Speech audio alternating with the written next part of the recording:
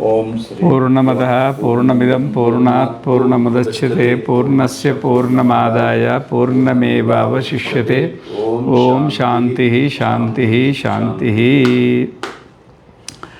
బృహదారణ్యకోపనిషత్తు 2వ అధ్యాయము, మనకు 5వ బ్రాహ్మణం. అవునండి. దీంట్లో 15 మంత్రాలు పూర్తి అయిపోయినాయి. అవునండి. అయితే ఇప్పుడు ఇది 16వ మంత్రం. అవునండి. అయితే ముందు ఎక్కడైనా కానీ గ్రంథానికి ముందు ఉపోద్ఘాతం చెప్పిన తర్వాత ప్రకరణ ఆరంభిస్తారు. అవునండి. ఇక్కడ ఏం ఉపోద్ఘాతం చెప్పకుండానే బ్రాహ్మణం ఆరంభించేసారు. అవి చెప్పుకుంటూ వచ్చేస్తున్నాం. ఇప్పుడు చివరిలో దానికి సంబంధించినటువంటి అసలు ఈ మధు బ్రాహ్మణం ఎందుకు చెప్పాల్సి వచ్చింది అనే విషయాన్ని ఇప్పుడు చెప్తున్నాడు అనమాట. 16వ మంత్రం. ఇదం వై తన్మధు దధ్యంగాథర్వణో అశ్విభ్యాం ఉవాచ తదేతత్ ఋషి పశ్యన్ అవోచత్ తద్వాం నర సనయే దగ్ంస ఉగ్రం ఆవిష్కృణోమి తన్యతుః న వృష్టిభిః దధ్యంగ యన్మధ్వా అథర్వణో వామశ్వస్య శీర్ష్ణ ప్రయముదాం వాచేతి ప్రయదీం ఉవాచేతి. అంటే ఈ మధు విద్య ఉంది కదా, ఇదం వై తన్మధు, ఇప్పటివరకు ఉపదేశించిన ఈ మధు విద్య ఉంది కదా, దధ్యంగాథర్వణం, దధ్యంగుడని ఆయన పేరు. దేవజాతిలో అథర్వుడు. దేవజాతిలో అదే కిన్నెర కింపురుష గరుడ గంధర్వ అని ఉంటుంది కదా దేవజాతి. మానవుల్లో జాతులు ఉన్నట్టు దేవులలో జాతి. ఈయన అథర్వణ జాతికి సంబంధించినటువంటి దధ్యంగుడు. ఆయన ఒక ఋషి. అశ్విభ్యాము వాచ, అంటే అశ్విని కుమారులు ఉన్నారు కదా, వాళ్ళు ఆ దేవ వైద్యులకు ఉపదేశించిండు అనమాట. ఈ మధు విద్యను ఉపదేశించాడు. ఈ మధు విద్యను ఇట్లా జరిగినటువంటి దాన్ని, ఈ మధు విద్యను మైత్రేయికి ఉపదేశించిండు. ఎవరు?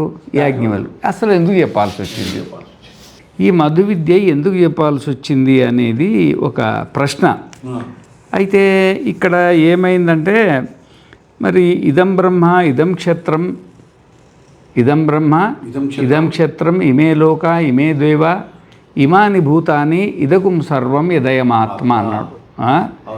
ఇక్కడ బ్రాహ్మణుడు కానీ, క్షత్రియులు కానీ, లోకాలు కానీ, దేవతలు కానీ, ఈ 84 లక్షల జీవరాశులు కానీ ఏమేమి నీకు ప్రత్యక్షంగా కనబడుతుందో అప్రత్యక్షంగా ఉన్నదో ఇదంతా ఆత్మే, ఆత్మ తప్ప ఇంకొకటి ఏమీ కాదు అని ప్రతిజ్ఞ చేసిన దాన్ని ఇక్కడ విశ్లేషణ చేశాడు.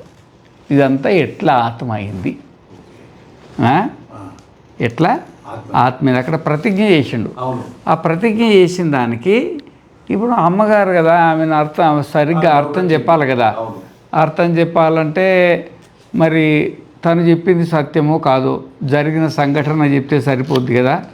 అద్యంగానే అందుకనే అథర్వణ ఋషి, అథర్వ జాతికి సంబంధించిన దధ్యంగ ఋషి సంవాదం ఉంది కదా, అశ్విని కుమారులకు అది చెప్పాల్సి వచ్చింది. మరి దీంట్లో ఏముంది, ఇదగం సర్వం యదయమాత్మ ఉంది. ఇదంతా కూడా ఆత్మనే. ఇదంతా అంటే ఏంది? ఈ 14 అధిభూతాలు, 14 అధిభూత ప్రతిభాస చిదాభాసాలు, 14 అధ్యాత్మలు, 14 ఆధ్యాత్మంలో ఉన్న చిదాభాసులు, మొత్తం 56. 56కి 56 దేనితో ఉత్పన్నమైనవి, దేనితో స్థితి కలిగి ఉన్నాయి, తిరిగి దేంట్లో లయిస్తున్నాయి. ఈ సమస్తానికి ఏ ఒక్క కారణం చేత ఇవన్నీ ఉత్పత్తి అయినాయో ఆ ఒక్క కారణమే ఈ ఉత్పత్తి స్థితి లయాలకు కారణము. అదే ఆత్మ, అదే ప్రత్యేగాత్మ, అదే నువ్వు అని బోధించడం కోసము దీనిని చెప్పాల్సి వచ్చిందన్నమాట. ఇక దీనికి సంబంధించి మరి ఈ దధ్యంగుడు ఆ విధంగా చెప్పడానికి ఏం ఆధారం ఉంది? సరే, మీరు నాకు చెప్పడానికి ఒక ఆధారం ఉంది. ఎందుకంటే నేను ఇదగుం సర్వం యదయమాత్మాన్ని ప్రతిజ్ఞ చేసిన. ఇదంతా ఆత్మ తప్ప రెండో లేదని నేను ప్రతిజ్ఞ చేశా. ప్రతిజ్ఞ చేసినందుకు నేను ఈ దద్యంగా అథర్వణది ఉపన్యాసం మీకు చెప్పిన. మరి ఈ దద్యంగా ఆ దద్యంగుడు చెప్పడానికి ఏదైనా ఆధారం ఉండాలిగా. దేని చూసి చెప్పాడు అనే దానికి సవై నైవరేమే తస్మాత్ ఏకాకి నరమతే 450 పేజీల భాష్యంలో వస్తుందన్నమాట. ఇప్పుడు అపిచైవం స్తుత బ్రహ్మ విద్య సర్వోహి లోకో ద్వంద్వారామ. ఈ ప్రపంచమంతా సుఖ దుఃఖ మాన అవమాన అనే ఈ ఉన్నాయి ద్వంద్వాలు. ఈ ప్రపంచమంతా ద్వంద్వాలతోటి నిండింది. ఎవ్వరికి సుఖం మొత్తం ఉందని అనుకోవడానికి లేదు, ఎవ్వరికి దుఃఖం మొత్తం ఉండడానికి అనుకోవడానికి లేదు. ఈ విధంగా ఈ ప్రపంచం అంతా అంటే 14 లోకాలు, సర్వోహి లోకు అన్నాడు. మనం బ్రహ్మలోకానికి పోతే సుఖం ఉంటాం అంటున్నాం కదా, సుఖం వెంబడి దుఃఖం కూడా ఉంది. ఇది సర్వోహి లోకోహి అంటే నిశ్చయంగా ఈ 14 లోకాలు కూడా మరి ఈ సుఖ దుఃఖాలతో నిండి ఉన్నాయి. సుఖ దుఃఖాలు, మానవమానాలు, శీతోష్ణాలు, ఇవన్నీ మానసిక ద్వంద్వాలు, శారీరక ద్వంద్వాలతో నిండి ఉంది. అది ఎందుకు అంటే సవై నైవరేమే తస్మాత్ ఏకాకి నరమతే. ఆ పరమాత్మ ఒంటరిగా ఉండందువల్ల రమించలేక ఆనందించకపోయిండు. ఒక్కడికి మజా రాదు, ఒక్కడికేమే మజా రాదు. ఆ పరమాత్మ, సర్వవ్యాపక పరమాత్మ ఒక్కడికి ఏం ఆనందం లేక, ఆనందం లేక మరి ఆయన తన్ను తానే కల్పించుకున్నాడు. ఆమె అడిగింది, ఎవరు? భార్య.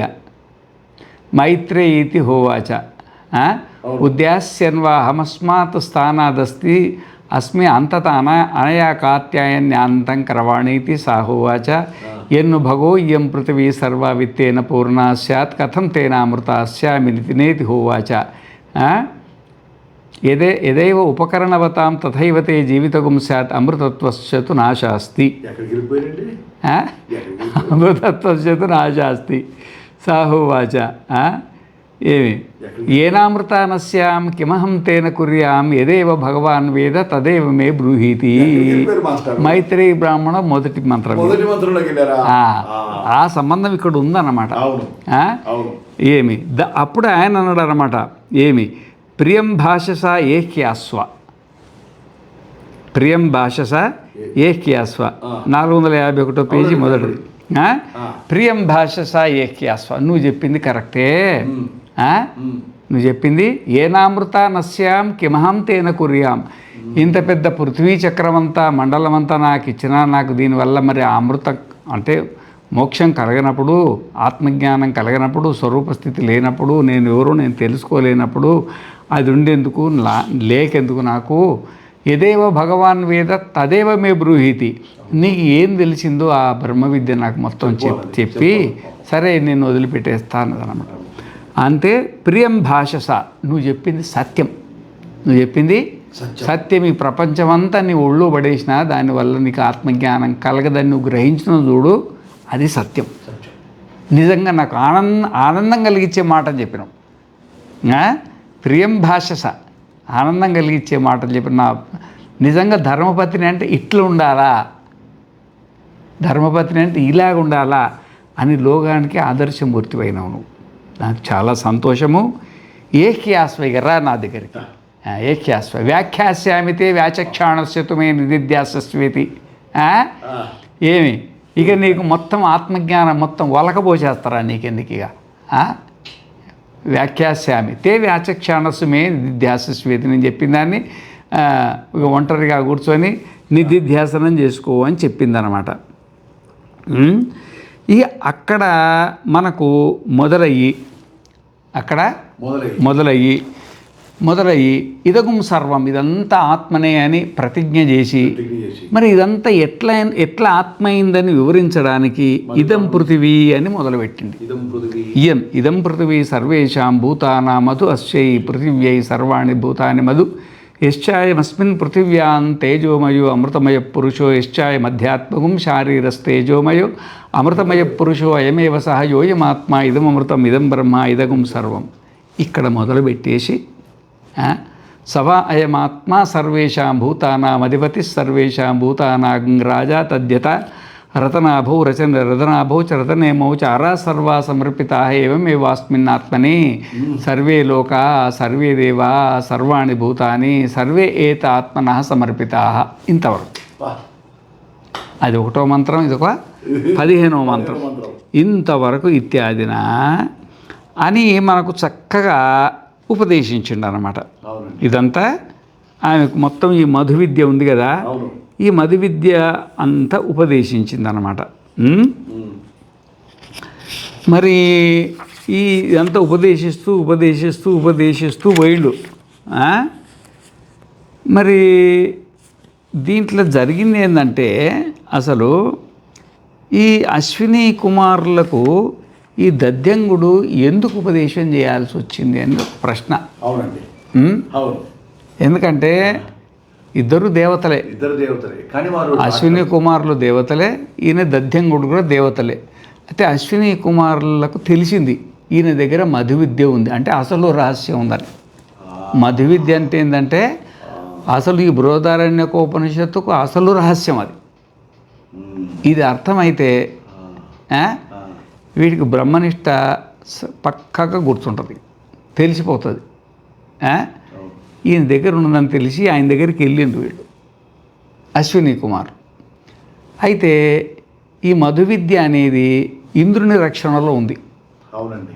ఎవరి దగ్గర? ఇంద్రుని రక్షణలో ఉంది.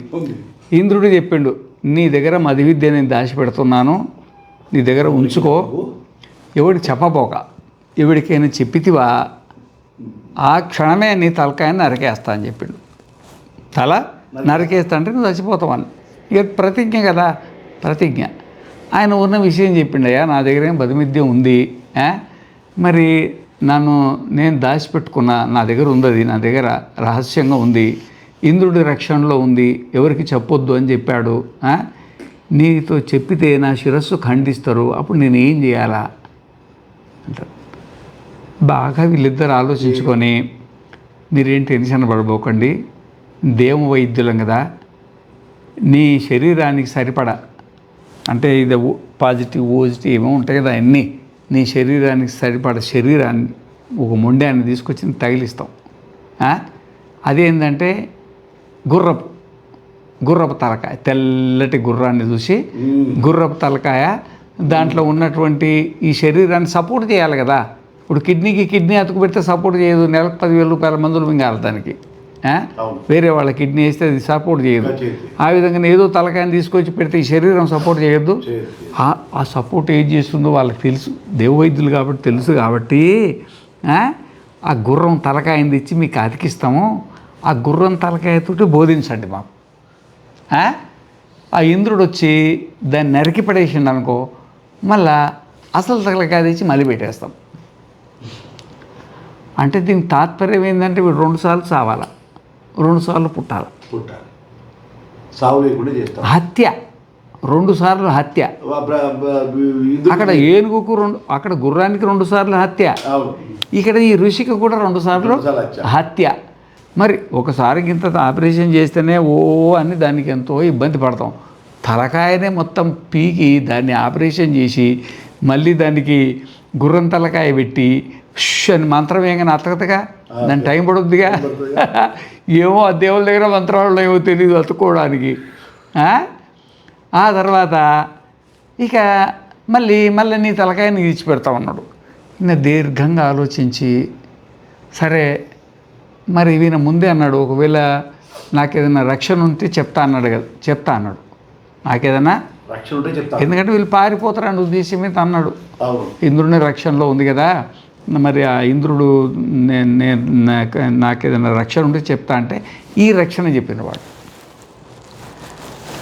దానికి ఆయన మాట ఇచ్చింది కాబట్టి మాట కట్టుబడి సరే కష్టమైనా సరే మరి శరీరాన్ని తీసి మళ్ళీ ఇంకొక అంటే ఓ తలకాయని తీసి ఇంకో తలకాయని పెట్టి ఆ తలకాయని తీసి ఇంకో తలకాయని తింటే ఎంత నరకం ఉంటుంది మనిషికి, ఎంత నరకం ఉంటుంది.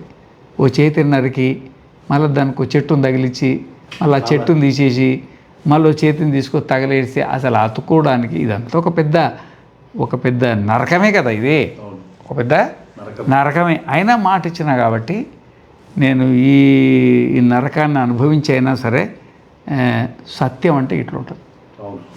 నోటికుండా ఒక మాట అంటే సత్యం అంటే అట్లా ఉంటుంది. అర్థమైందా? ప్రాణం పోయినా సరే 2 సార్లు తెచ్చిండు. నువ్వు సన్యాసం తీసుకున్నావు, సన్యాసంలాగా బతకాల. ప్రతిజ్ఞ చేసినావుగా, అంతే కదా. నువ్వు ప్రతిజ్ఞ చేసి ఈరోజు తప్పించుకుంటా అంటే నరకం వచ్చుద్దిగా. అర్థమైందా? ఆయన ప్రతిజ్ఞ దేవతలు వాళ్ళని చూసి ప్రపంచానికి ఆదర్శం నేర్పుతుంది ఆయన. ఒకసారి ప్రతిజ్ఞ చేసిన తర్వాత ప్రతిజ్ఞను మనం ఉల్లంఘించకూడదు. సరే నేను 2 సార్లు తెచ్చినా పర్వాలే, ఆయన 2 సార్లు తెచ్చాడు. అప్పుడు సరే అని అప్పుడు ఆయన తలకాయ నరికేసిండు. తలకాయ నరికేసి ఒక తెల్ల గుర్రం, ఆ గుర్రం తలకాయలే ఆ తలకాయని తీసుకుని దీనికి అంటు పెట్టిండు. మరి ఈ తలకాయ చచ్చిపోద్దిగా, ఈ తలకాయని తీసుకొని గుర్రానికి అంటు పెట్టిండు. మళ్ళీ అది ఊరుకుంటే ఎట్లా బతుకుద్ది తలకాయ? పట్టేసి మళ్ళీ ఈ తలకాయ తోటి ఈయన ఉపదేశం చేస్తుండు. మరి దానికి ఎంత సమయం పట్టిందో మనం అనుకున్నట్టు క్షణాలలో ఏం కాదు. దీంతో ఉపదేశం చేస్తున్నారు. ఉపదేశం చేస్తే మరి ఈయన గూఢాచారులు ఎంతమంది ఉంటారు ఇంద్రుడికి? ఆయన మనసే పెద్ద గూఢచర్యం చేస్తుంది తెలిసిపోయింది. వచ్చిండు ఈయన ఉపదేశం మొదలు పెట్టేసిండు. ఇలా ఉపదేశం మొదలుపెట్టి ఏమన్నా కానీ మాట అన్నాను కదా, సరే పోతే ప్రాణమే పోని అయ్యేదేముంది, ప్రాణమే కదా పోయేది, అయ్యేదేముంది, సరే ఎన్ని జన్మలు వస్తాయి, ఓ మాట ఇచ్చినా ఏమైనా సరే అని ఉపదేశం మొదలు పెట్టేసిండు. ఉపదేశం పూర్తి కాకముందు వచ్చి తలకాయ నరికేసేసి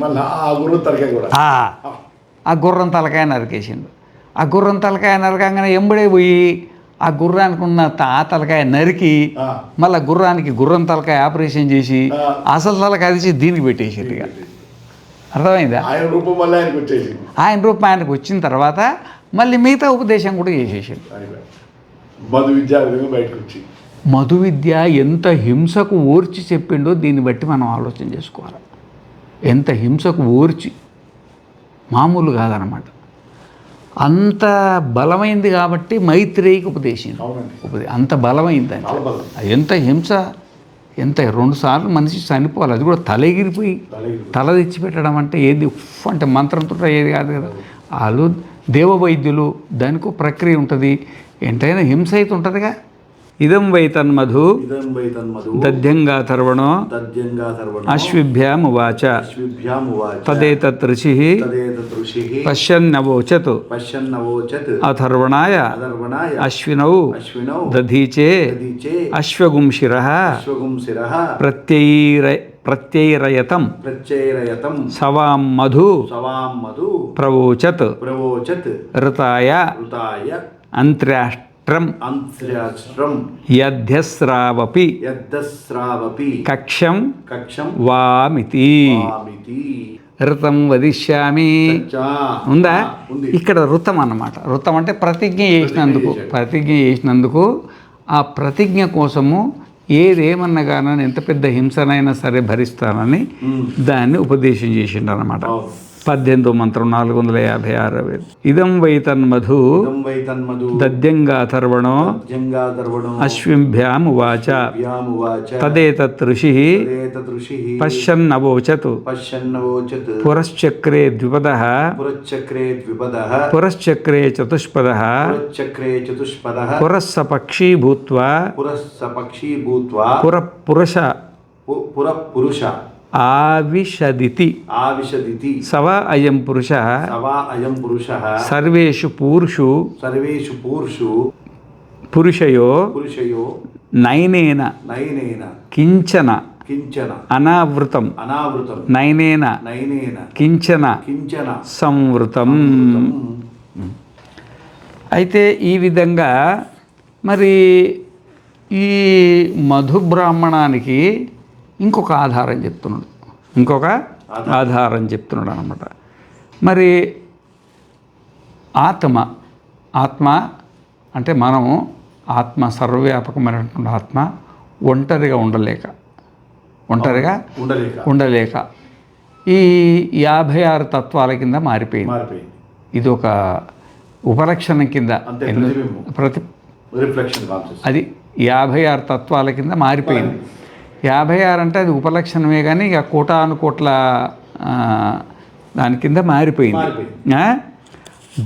ఆ క్రమంలో ముందు ఆయన పురశ్చక్రే ద్విపద 2 కాళ్ళున్న జంతువులను ముందు సృష్టి చేసిండు. చక్రే అంటే రచించిండు అనమాట. పురహ అంటే పూర్వం, అన్నిటికంటే ముందు. అంటే 2 కాళ్ళు ఉన్న దాంట్లో మనుషులు వస్తారు, పక్షులు వస్తాయి. ఈ పక్షి జాతిని పురశ్చక్రే చతుష్పద. ఆ తర్వాత 4 పాదాలున్న పక్షులు పురస్స పక్షీ భూత్వ. ఈ విధంగా దానికి ఉద్దేశం ఏంటంటే మొత్తం 14 లోకాల జీవరాశులంతా సృష్టించిండు. అనే జీవరాశులు సృష్టించిండు. కానీ ఏది కళ్ళతో చూడట్లేదు, చెవట్లో వినట్లేదు, నోరుతో మాట్లాడట్లేదు, కాళ్ళు కదలపడం లేదు, చెయ్యి కలపడం లేదు. అంత జడం మాదిరిగా పడింది. నిర్మాణం అయితే అయిపోయింది, కానీ ఏది కదలట్లేదు అన్నమాట. ఏది కదలట్లేదు. అర్థమైందా? విమానం కోట్ల రూపాయల విమానం ఉంది, కానీ కదలట్లేదు. ఏం ప్రయోజనం? కానీ ఇన్ని శరీరాలు నిర్మాణం చేసి 14 లోకాలలో కూడా ఏ శరీరంలో కూడా చేతనం లేదు. అట్లా పడి ఉన్నాయన్నమాట. అట్లా పడి ఉన్నాయి. ఎందుకు? మరి భగవంతుడు సృష్టిలో అంతే శరీరం నిర్మాణం అయిన తర్వాత అవి చేతనవంతం కావాలి కదా. మరి ఏమీ కదలట్లేవు. బ్రహ్మ శరీరం కూడా అట్లే పడి ఉంది. బ్రహ్మ శరీరం అట్లే పడి ఉంది, గడ్డి అట్లే పడి ఉంది, చీవలు పడి అన్నీ నిర్మాణం అయిపోయినాయి. క్షణకాలంలో అంతా నిర్మాణం అయిపోయింది, కానీ ఏ శరీరం కదలట్లేదు. ఏ శరీరం కదలట్లేదు అన్నమాట. అప్పుడు స పక్షీభూత్వ పురుష ఆవిశత్ ఇది. పురుష ఆవిశత్ ఇది ఆవిశదితి. పక్షీభూత్వ పక్షి అయ్యి శరీరం అంతా నిర్మాణం అయింది శుభ్రం, కానీ కదలట్లేదు. అప్పుడు పక్షి అంటే ఏంటంటే సూక్ష్మ శరీరం అయ్యి. ఎందుకంటే పక్షి ఓ చోట నుండి ఊగి తిరుగుతూ ఉంటుంది కదా. ఆ విధంగానే ఈ లింగ శరీరం కూడా ఓ చోట నుండి తిరుగుతూ ఉంటుంది. జన్మ నుండి జన్మకు, లోకాల నుండి లోకానికి, జాగ్రత్త నుండి స్వప్నాన్ని, స్వప్నం నుండి సుషుప్తికి. ఆ పక్షి తిరిగినట్టు ఏం బాబు అట్లా పక్షి తిరిగినట్టు ఊగే తిరుగుతూ ఉన్నాయని మనం కూడా అనుకుంటాంగా. ఆ విధంగానే తానే అంటే ఆత్మ పక్షి అయి సూక్ష్మ శరీరం అయి ఒక్కొక్క శరీరంలో ప్రవేశించి పడేసి అది ప్రవేశించిన మరుక్షణమే బ్రహ్మ లేచి కూర్చున్నాడు, ప్రజాపతులు లేచి కూర్చున్నాడు, మనవులు లేచి కూర్చున్నాడు, ఇంద్రులు లేచి కూర్చున్నాడు, గరుడ గంధర్వ కిరుడ కింపురుష దేవతలు కూర్చున్నాడు, పితరులు లేచి కూర్చున్నారు, మనుష్యులు లేచి కూర్చున్నాడు, పశువులు పక్షులు క్రిములు కీటకాలు 84 లక్షల జీవరాశులు లేచి కూర్చున్నాడు. 14 కింది లోకాలు పై లోకాలు అంతా కలకలలాడుతున్నాయి అన్నమాట. అర్థమైందా? ఇక ఆ సూక్ష్మ శరీరము ప్రవేశించిన చోటు అంటూ లేదు, మొత్తం ప్రవేశించిండు. తాత్పర్యం ఏంటంటే ఎన్ని శరీరాలు ఉన్నాయో, అధిభూత శరీరాలు కానీ అధ్యాత్మ శరీరాలు కానీ ఎన్ని శరీరాలు ఉన్నాయో సకలం అన్ని శరీరాలల్లా ఏది పని చేయకపోతే తానే సూక్ష్మ శరీరం అయి దాంట్లో ప్రవేశించిండు. తానే సూక్ష్మ శరీరం తర్వాత ప్రవేశించింది అన్నమాట. 19 ఇదం వై తన్మధు ఇదం వై తన్మధు దధ్యంగాధర్వణో దధ్యంగాధర్వణో అశ్విభ్యామువాచ అశ్విభ్యామువాచ తదేతత్ ఋషిః తదేతదృషిః పశ్యన్నవోచత్ పశ్యన్నవోచత్ రూపం రూపం రూపం రూపం ప్రతిరూపో బభూవ రూపో బభూవ తదస్య రూపం తదస్య రూపం ప్రతిచక్షణాయ ప్రతిచక్షణాయ ఇంద్రో మాయాభిః ఇంద్రో మాయాభిః పురురూప ఈయతే రూపయీయతే యుక్తాఖ్యస్య హరయః యుక్తాయస్య అరయః శతాశతేతి శతాదశేతి అయం వై హరయో అయం వై అరయో అయం వై దశ చ అయం వై దశ చ సహస్రాణి చ సహస్రాణి బహూని చ బహూని చ అనంతాని చ అనంతాని చ తదేతద్ బ్రహ్మ తదేతద్ బ్రహ్మ అపూర్వం అపూర్వం అనపరం అనపరం అనంతరం అనంతరం అబాహ్యం అబాహ్యం అయమాత్మా బ్రహ్మ అయమాత్మా బ్రహ్మ సర్వానుభూః సర్వానుభూ ఇత్యనుశాసనం. శాసనం. ఈ విధంగా ఒకటే ఆత్మ అనేక రూపాలుగా రూపం రూపం ప్రతిరూపో బభూవ అనేక రూపాలుగా తయారైపోయి అంటే 84 లక్షల జీవరాశులుగా ఇక అన్నీ జడము చైతన్యం మొత్తం కలిసి చైతన్యమే ఈ విధంగా మొత్తం తయారైపోయింది. ఎందుకంటే ఇంద్రో మాయాభిః పురురూప ఈయతే. ఏమి ఇంద్రుడు అంటే పరమాత్మ మాయాభిః తన అజ్ఞాన శక్తి చేత పురురూప అనేక రూపాలుగా తయారు చేసేట అనమాట. దశ చ సహస్రాణి బహూని చ అనంతాని చ. ఇక దీనికి ఎక్కడ అంతం అంటూ లేదు. తదేతద్ బ్రహ్మ ఈ బ్రహ్మ అపూర్వం.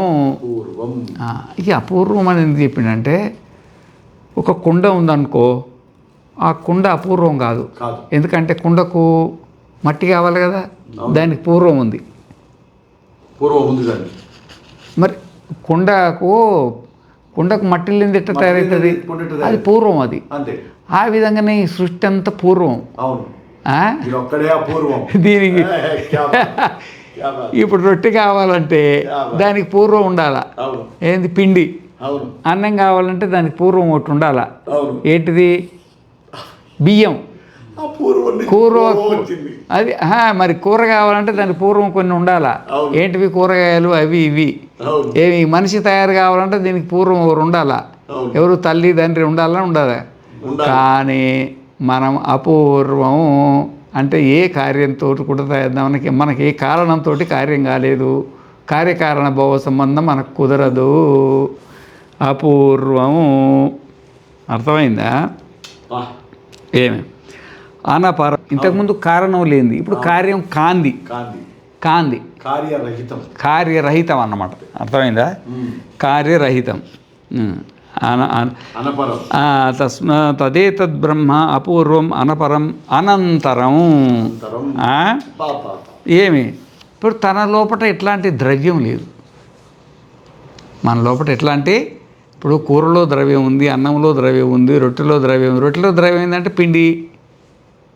రొట్టెలో ద్రవ్యం ఏంది? పిండి. కుండలో ద్రవ్యం ఏంటి? మట్టి. ఆ విధంగా ప్రతి వస్తువులో కూడా ఒక ద్రవ్యం ఉంది. ఒక ద్రవ్యం దాంట్లో ఉంది. దీంట్లో ఏ ద్రవ్యం ప్రతి కార్యంలో కూడా ఒక ద్రవ్యం ఉంది.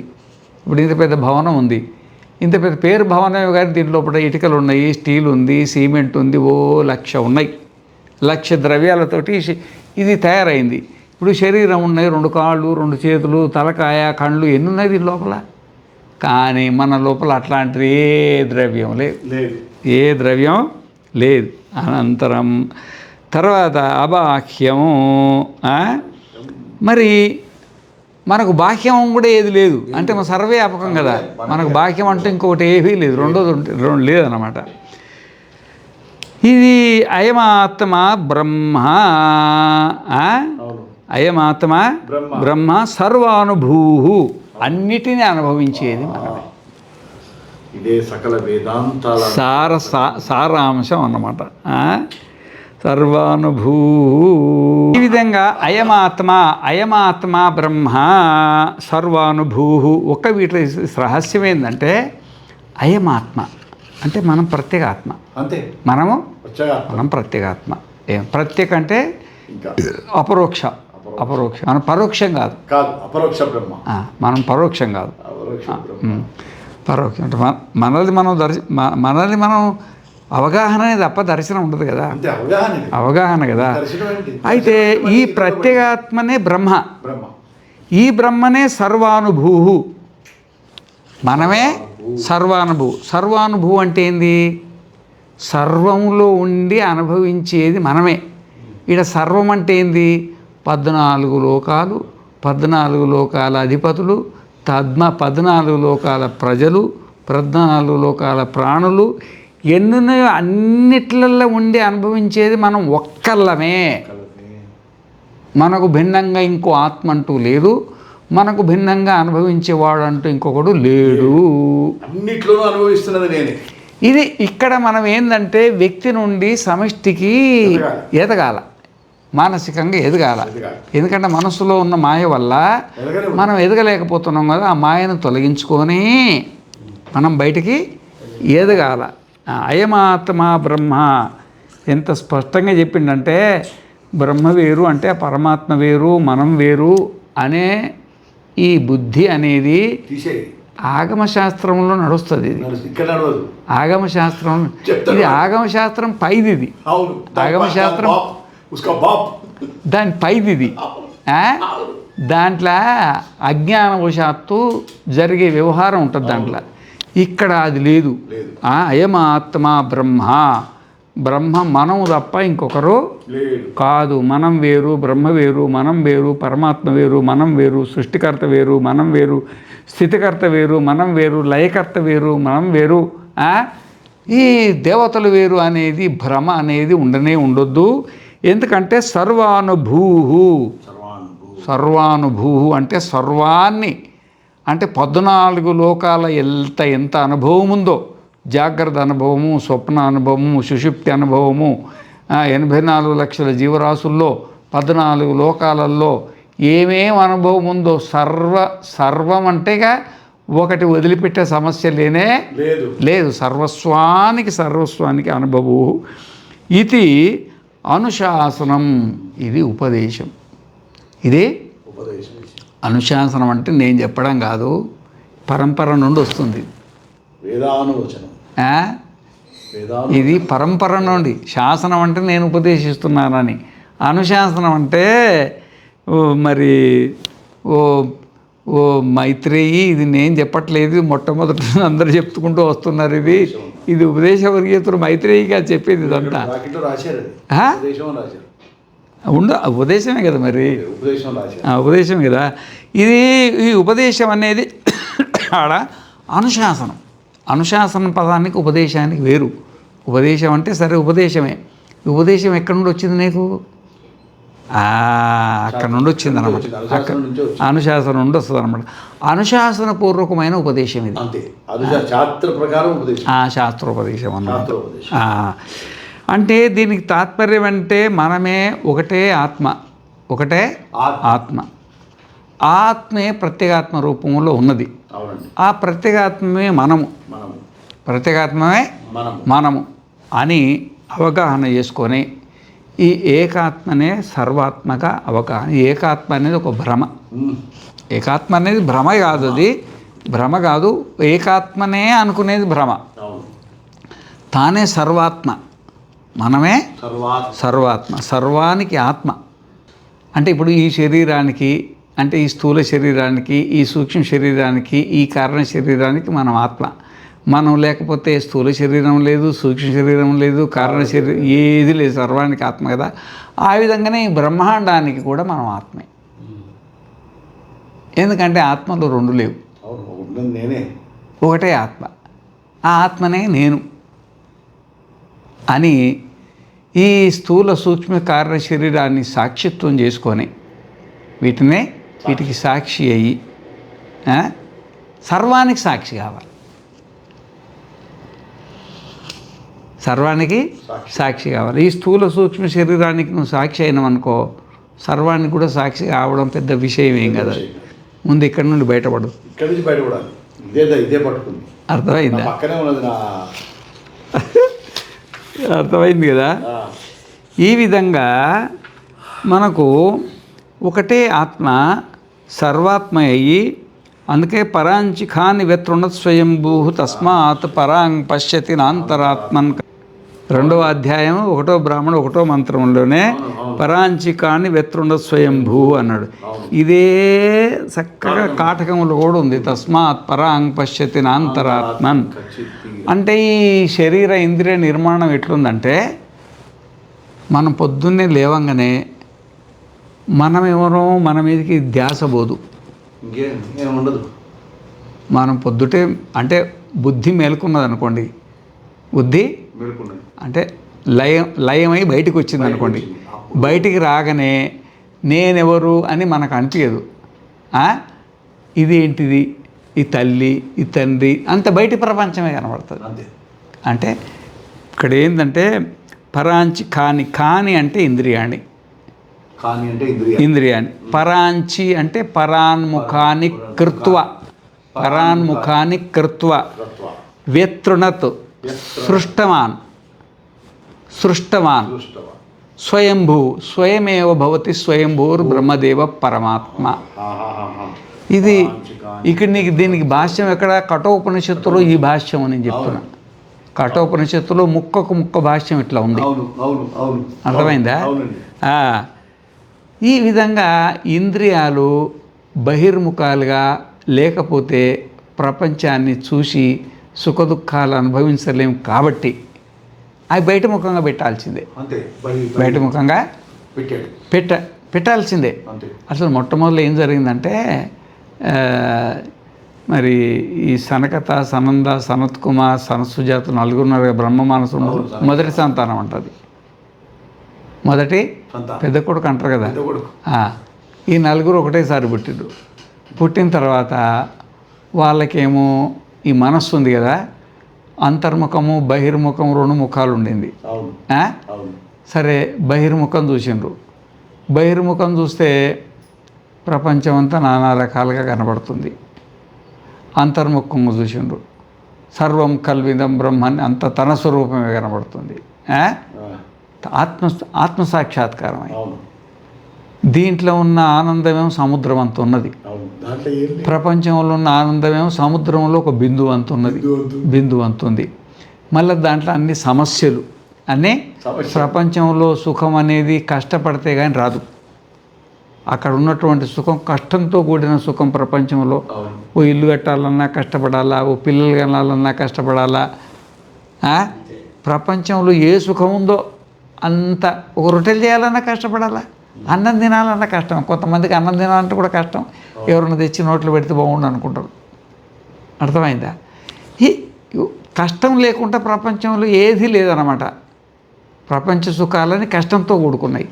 కానీ స్వరూప స్థితిలో ఏ కష్టం లేకుండా ఏవి ఒడిలో అంటే మన ప్రాంగణంలోనే తేనె ఉండంగా అడవికి ఎందుకు వెళ్ళాలా? ఇప్పుడు మీ ఇంట్లో కాంపౌండ్లోనే ఒకటి తేనె తిట్టు ఉందనుకో, నీ తేనె అవసరం ఉందనుకో, మీ అంగట్లోనే తేనె ఉండంగా మరి అడవికి పోయిండనుకో, వాడిని తెలివి తక్కువ అంటాడా, ఏమంటారు, తెలివి కలవాడు అంటారా?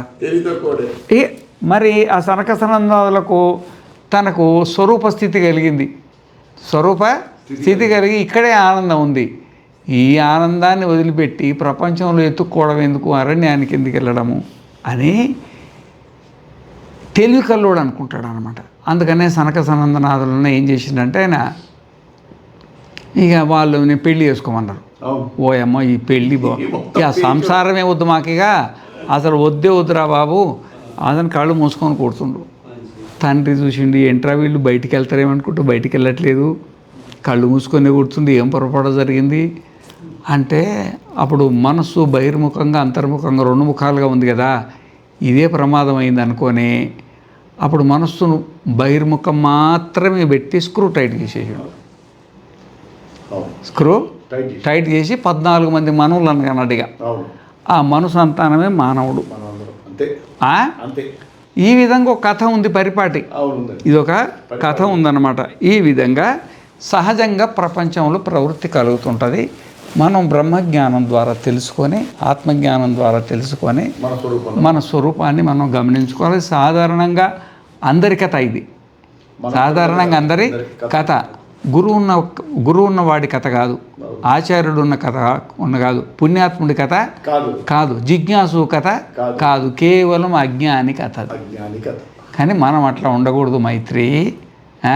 మనం విషయాలను తెలుసుకొని తన స్వరూప స్థితిలో ఉండాలని ఉపదేశింది. ఇది శ్రీ బృహదారణ్యకోపనిషద్ భాష్యే 2వ పంచమం మధు బ్రాహ్మణం పూర్ణమదః పూర్ణమిదం పూర్ణాత్ పూర్ణముదచ్యతే పూర్ణస్య పూర్ణమాదాయ పూర్ణమేవావశిష్యతే. ఓం శాంతి శాంతి శాంతి.